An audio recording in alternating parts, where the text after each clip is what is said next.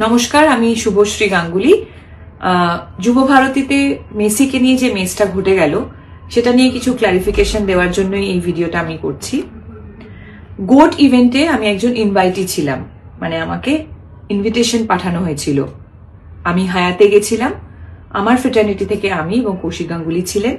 শুধুমাত্র আমার ফ্রেটার্নিটি নয়, বড় বড় ইন্ডাস্ট্রিয়ালিস্টরা ছিলেন, এমিনেন্ট জাজেস, আইপিএস অফিসার্স, জার্নালিস্ট, স্পন্সরসদের তরফ থেকে অনেকে ছিলেন।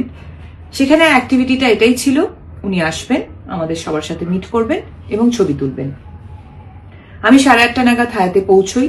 10:15 নাগাদ ওনার সাথে আমার মিট হয়, আমি ছবি তুলি এবং যখন আমি বেরিয়ে আসছি তখন পিআর টিম থেকে আমাকে রিকোয়েস্ট করা হয়, ওদের পিআর টিম থেকে আমাকে রিকোয়েস্ট করা হয় যদি আমি যুব ভারতীতে যাই তাহলে ওনাদের জন্য খুব সুবিধে হয়, কারণ ওখানেও নানান রকম ব্যবস্থাপনা ছিল মেসিকে ঘিরে, যেখানে আমি থাকলে ওনাদের সুবিধে হয়। আমি ছাড়াও Sourav Ganguly, SRK, honourable chief minister. হ্যাঁ, আর একটা কথা বলে দিই, যেহেতু এই প্রশ্নটা উঠছে যে আমাদের ইন্ডাস্ট্রি থেকে আমাকেই কেন ডাকা হয়েছে, এটার উত্তর ওদের পিআর টিম বেশি ভালো দিতে পারবে যে আমাকে কেন ইনভাইট করা হয়েছিল। আমি রাজি হওয়ার পর হায়াত থেকে বেরিয়ে যুব ভারতীতে যাই এবং আমাদের জন্য একটা নির্দিষ্ট টেন্ট করা হয়েছিল, সেখানে অনেকেই আমরা বসেছিলাম, ওনার জন্য অপেক্ষা করছিলাম, অনুষ্ঠান শুরু হওয়ার অপেক্ষা করছিলাম। ইন বিটুইন আমার পিআর টিম থেকে ইনস্টাগ্রামে ফটোগুলো পোস্ট করা হয়। আমরা রিয়েলাইজ করিনি ঠিক সেই সময় ছবি পোস্ট হয়নি, তার কারণ ওখানে জ্যামার লাগানো ছিল। আপনারা যারা যারা ওখানে ছিলেন তারা নিশ্চয়ই জানেন আপনাদেরও ফোনের নেটওয়ার্ক কাজ করছিল না। 11:30 নাগাদ মেসি ঢোকেন এবং ঢোকার পর যে ক্যাওসটা শুরু হয়, যে ডিজাস্টারটা হয়, সেটা আমি নিজের চোখে দেখেছি। আমি মাঠে বসে নিজে ওনাকে দেখতে পাচ্ছিলাম না, আপনারা কিভাবে দেখবেন? আমি টেন্টের মধ্যে ছিলাম এবং দেখতে পাচ্ছিলাম কিভাবে ম্যানেজমেন্টের একটা ডিজাস্টারের জন্য এত সুন্দর একটা ইভেন্ট হতে গিয়েও হলো না। তারপর ঝামেলা শুরু হলো। আমার একটা শুটিং এ যাওয়ার ছিল, অলরেডি আমি লেট হয়ে গেছিলাম। আমি ওখান থেকে বেরিয়ে আসি এবং বেরোনোর সময় যেহেতু আমার শুটিং এ দেরি হয়ে যায়, তাই আমার ওখানে কমিউনিকেশন করার প্রয়োজন ছিল। আমি ওখানে কিছুটা সময় ফোনে ব্যস্ত ছিলাম। তারপরে এই যে এত সুন্দর একটা ইভেন্ট হলো না, একটা অদ্ভুত জিনিসে পরিণত হলো, সেটা নিয়ে অনেকের সাথে আমি ডিসকাস করছিলাম। তাই আমি ইনস্টাগ্রাম খুলে দেখতে পারিনি যে আমার ছবিটা তখন পোস্ট হয়নি। আমি বানতলায় পৌঁছই, আমার শুটিং এ দেরি হওয়ার কারণে আমি ইমিডিয়েটলি মেকআপ ভ্যানে চলে যাই মেকআপ করতে। মেকআপ করার পর আমি শর্ট দিতে চলে যাই।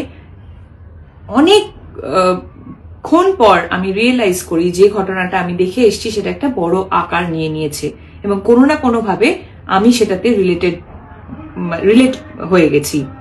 যখন আমি ইনস্টাগ্রাম খুলি তখন আমি রিয়েলাইজ করি যে আমার ছবিটা জাস্ট কিছুক্ষণ আগে শেয়ার হয়েছে, পোস্ট হয়েছে টেকনিক্যাল গ্লিচের জন্য, এবং এটা প্রচুর জায়গায় অলরেডি শেয়ার হয়ে গেছে। এখানেই আমার ঘটনা শেষ। তারপর থেকে শুরু হয় আর একটা ঘটনা, সেটা হলো আমাকে নিয়ে ট্রোল করা, অকথ্য ভাষায় গালাগালি, আমাকে একটা প্রোপাগান্ডা বানিয়ে, আমাকে একটা অবজেক্ট বানিয়ে, মানে আপনারা এমন একটা সিচুয়েশন ক্রিয়েট করলেন যেন মনে হলো মেসি যখন মাঠে ঢুকেছে আমি ওনাকে ঘিরে দাঁড়িয়েছিলাম একা, আমি ওনার সাথে ছবি তুলছিলাম সেলফি নিয়ে। বলতে পারবেন কি আপনাদের ভিউ, আপনাদের ভিশন কোনোভাবে আমি ব্লক করেছি? আমি কি মাঠে কোথাও ছিলাম? আমার কি দোষ যে আমাকে ইনভাইট করেছিল, আমি হায়াতে গিয়ে ওনার সাথে ছবি তুলেছি, সেটা দোষ? হ্যাঁ, আমি এটা মানছি যে টেকনিক্যাল গ্লিচের জন্য আমার ছবিটা রং টাইমে পোস্ট হয়ে গেছে এবং আমি ছবিটি ডিলিট করিনি, এটা আমার দোষ হতে পারে। কিন্তু আমাকে নিয়ে যেভাবে নোংরামি আপনারা করছেন, আপনাদের সাথে আমি সমব্যথী। আপনাদের এত কষ্টের রোজগার, আপনাদের স্বপ্নের মানুষকে আপনারা দেখতেই পেলেন না।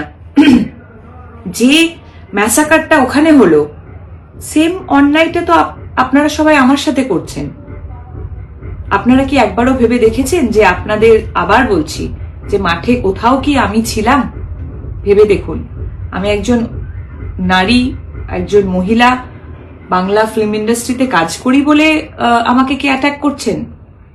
বলিউডেও তো করিনা কাপুর গেছিল, হায়দ্রাবাদ থেকেও একজন হিরোইনকে ইনভাইট করা হয়েছিল। শাহরুখ খান কি আসেননি ছবি তুলতে? আমার কিসের দোষ?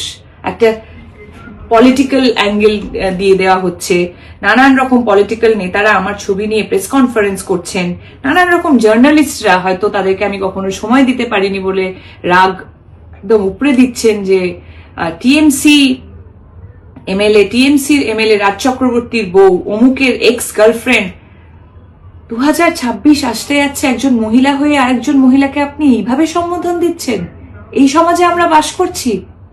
বাহ, আপনারা আমার সাথে ঠিক করলেন তো। দেখুন, আমার সাথে ট্রোল হচ্ছিল, আমাকে গালাগালি করছিলেন, যা খুশি করছিলেন, সত্যি বলছি, মন থেকে বলছি, আমি কিচ্ছু মনে করিনি। আমার সবসময় এটাই মনে হয়েছে, সত্যি তো সাধারণ মানুষের এত কষ্টের রোজগার, তাদের স্বপ্নের মানুষকে তারা একবারের জন্য দেখতে পেল না, তারা যদি আমাকে নিয়ে বাজে কথা বলে তাদের মন হালকা হয় তাহলে হোক। কিন্তু আজকে আমি এই ভিডিওটা করছি তার একটাই কারণ, কাল থেকে শুরু হয়েছে আমার বাচ্চাদের প্রতি আক্রমণ।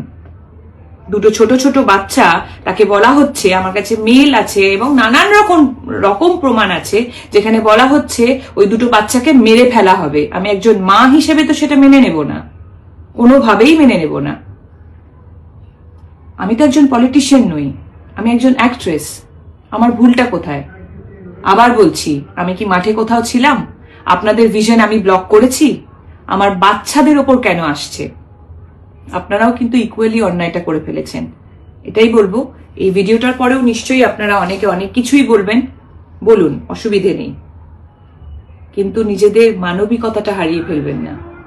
দুটো বাচ্চা কোনোভাবেই কিন্তু যুক্ত ছিল না, সেই দুটো বাচ্চাকে প্লিজ টানবেন না। সবাই খুব ভালো থাকবেন, সকলকে ভালো রাখবেন।